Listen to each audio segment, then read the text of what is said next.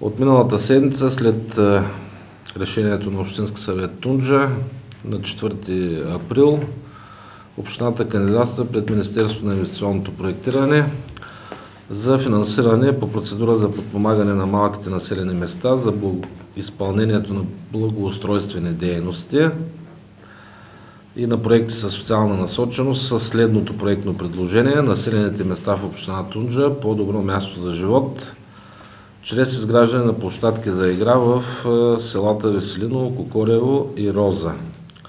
Стойността на строителните работи с включен ДДС е 305 280 лева и 48 стотинки.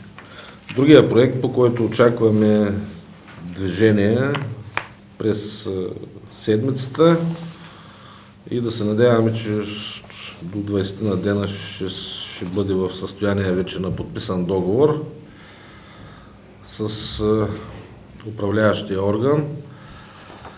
Това е проектът ни под трансгранично сътрудничество България-Турция, който подготвяме от много време, заедно с нашите партньори от Сулоглу и Асоциацията на турските общини Тракап. Този проект, знаете, касае ремонт на посетителски център в местността Бакаджик и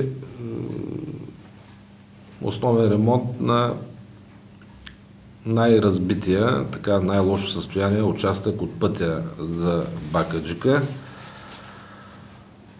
Така че очакваме тази седмица да се подпише двустранния протокол и в най-скоро време да стигнем до договор. Неговата стойност е от порядъка на малко над 800 хиляди лева или над 400 хиляди евро, 50 на 50, съответно като финансиране за двете страни, за турската и за българската в наше лице.